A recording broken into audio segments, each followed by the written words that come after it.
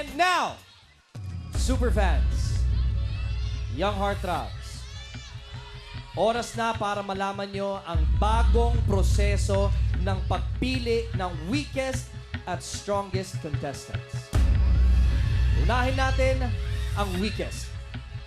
Simula sa linggong ito, ang boys na magpo-perform ng kanilang survival songs at may posibilidad na ma-eliminate bukas ng gabi ay ang weakest boy sa bawat grupo. In each group, one boy was unanimously chosen by the judges as the weakest. Again, unanimous ang desisyon ng judges at nag-agree silang lahat sa kanilang mga pinili.